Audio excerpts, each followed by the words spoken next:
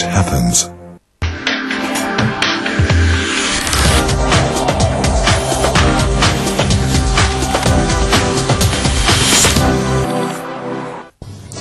Bonjour à tous, merci de nous rejoindre sur Bloomberg Télévision. La crise fait toujours rage au sein du secteur bancaire.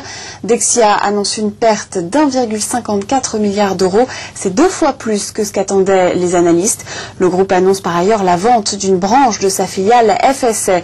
Crédit Agricole, quant à lui, fait mieux prévu en dévoilant un bénéfice en baisse de 62% au 3e trimestre. Alors pour parler de ces résultats et de la crise financière plus généralement, nous recevons aujourd'hui Christophe Needham, analyste chez Alpha Value.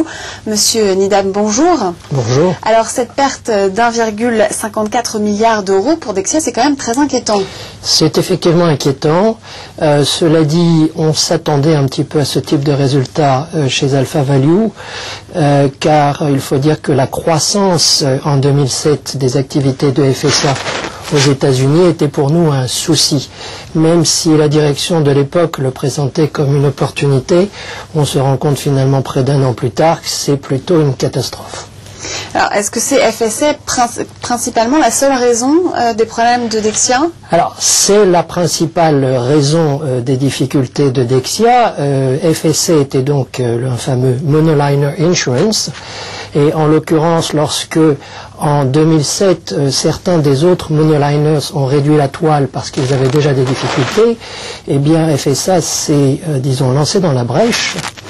Et on se souvient des communiqués du 4e trimestre 2007 où la direction de l'époque s'en félicitait. Donc c'est une bonne chose finalement que Dexia commence un peu à se libérer de FSA en vendant notamment cette branche obligataire. Oui, tout à fait. Cela dit, bien que je n'ai pas encore eu le temps d'intégrer le communiqué financier qui date de ce matin, il semblerait quand même qu'il conserve, enfin au niveau de Dexia, des risques un petit peu résiduels. Donc l'acquéreur potentiel qui s'appelle Assured Guarantee ne va pas délester totalement du risque de FSA les gens de Dexia. Pour sortir de l'ornière, Dexia prévoit un plan de restructuration. Il compte réduire ses activités de trading. Il vise également 15% d'économie de coûts sur 3 ans. Est-ce que c'est suffisant? Est-ce qu'on peut encore parier sur Dexia? C'est un vrai pari. Alors le point positif, faut quand même pas l'oublier, c'est que Dexia bénéficie maintenant du patronage capitalistique des États, notamment donc français et belges, et que donc à ce titre, l'avenir de Dexia est maintenant pérennisé. Bon. Le modèle économique de Dexia, pour l'instant, lui ne l'est pas vraiment. Le recentrage sur les activités traditionnelles fait du sens.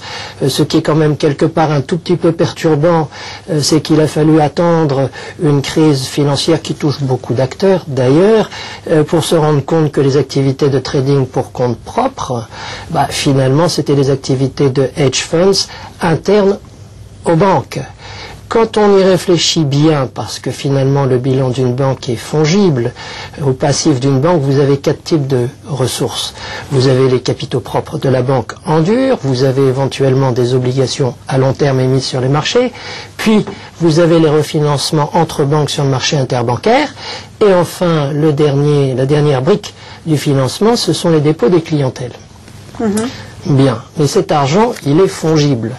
Alors quand on parle de propriétaire desk, finalement c'est une activité dans la banque de trading pour compte propre qui, en essence, revient à jouer avec les dépôts des particuliers.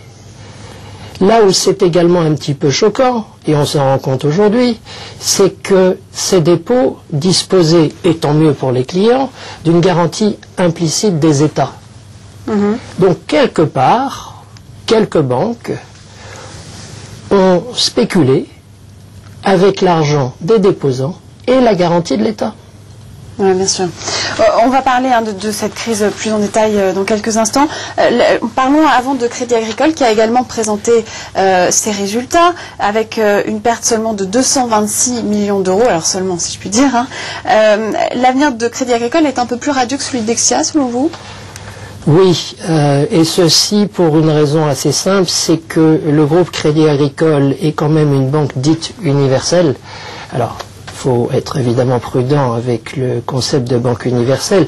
On se rend compte dans la période actuelle, c'est le modèle de banque universelle qui, grâce à une diversification des activités, a permis à certaines banques de mieux résister que d'autres.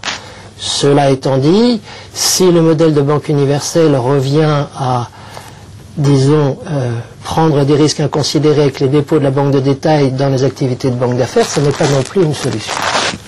En tout cas, le groupe CASA, de par sa diversification des ressources et des métiers, est évidemment un modèle économique moins, disons, vulnérable que celui de Dexia. Et puis surtout qu'ils sont en train de s'étendre à l'international, hein, avec notamment en Grèce Emporiki, où ils sont montés au capital, l'espagnol Banque Inter, hein, où ils pourraient augmenter leur participation de 29% aussi selon les Échos. Oui, alors cela dit, le développement international du groupe Crédit Agricole, et ça c'est mon point de vue en tant qu'analyste, ça a peut-être été un tout petit peu rapide. Emporiki, ça n'est pas pour l'instant un énorme succès. Je pense que les développements internationaux des banques françaises, pas uniquement le Crédit Agricole, mais vont un petit peu se ralentir. Il est évident que lorsque l'on a des difficultés de liquidité, ce qui touche toutes les grandes banques, on a tendance un tout petit peu à se recroqueviller sur son marché domestique, où la légitimité sociale et politique est plus forte. Donc il y aura probablement un petit ralentissement dans les activités internationales des grandes banques françaises, ce qui n'est pas une mauvaise chose. Alors parlons de cette crise financière. Vous avez réalisé une étude chez Alpha Value assez détaillée. La première question, assez simple finalement, on en est où aujourd'hui ? Alors on en est où ? Il y a la bonne nouvelle et puis après il y a peut-être la mauvaise nouvelle. Alors la bonne nouvelle, c'est que l'on peut quand même dater la crise systémique du système bancaire international entre la date du 12 septembre et du 13 octobre. Le 12 septembre, si vous vous en souvenez, c'est la date du dépôt de bilan de Lehman. Le 13 octobre, c'est la date à laquelle les grands pays européens ont annoncé leur plan de sauvetage européen. Pendant ces 4 semaines, ça a été particulièrement chahuté. D'ailleurs, on reverra pour certaines banques françaises à l'avenir, au niveau des résultats du 4e trimestre, les pertes sur certaines activités de marché, non encore enregistrées au 30 septembre, mais donc qui apparaîtront sur le 4e trimestre. Donc, première bonne nouvelle, la crise systémique a été endiguée le 13 octobre. Bien, cela dit, il pourrait y avoir des répliques en termes de crise systémique. Et sur ce sujet, ce qui pourrait être un souci à l'avenir, c'est éventuellement le marché des credit default swaps, sur lequel, disons, la crainte de certains observateurs serait de voir un ou plusieurs hedge funds de taille qui ont vendu donc des CDS devenir défaillants. Vous pensez à des hedge funds en particulier ? Alors, on n'a pas de nom en particulier. N'oublions pas que ces véhicules sont peu transparents. Mais il y a un chiffre qui est quand même significatif et qui donc peut légèrement inquiéter, c'est qu'à peu près un tiers du volume notionnel des CDS qui ont été vendus sur le marché l'ont été par des hedge funds. D'accord. Qu'est-ce qui va se transformer après cette crise dans le secteur bancaire ? Est-ce qu'on va avoir des règles qui vont changer ? Est-ce qu'on va avoir des banques d'affaires, la banque d'affaires tout simplement qui va disparaître ? Alors disparaître non, mais évidemment il y aura un avant et un après. Le monde politique est en train de se réveiller un petit peu dans un cauchemar et on voit bien qu'il y a un consensus qui s'est formé pour dire plus jamais ça.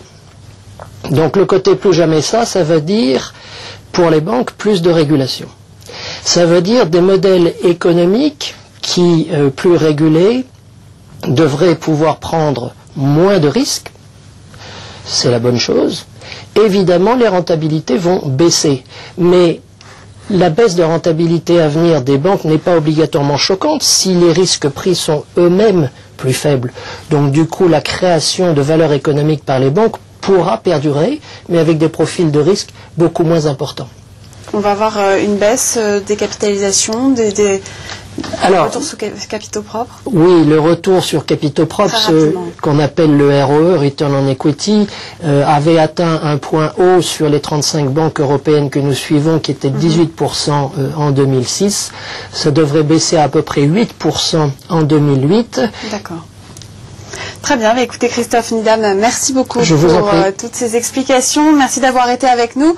Restez sur Bloomberg, l'information continue, c'est dans quelques instants. Merci.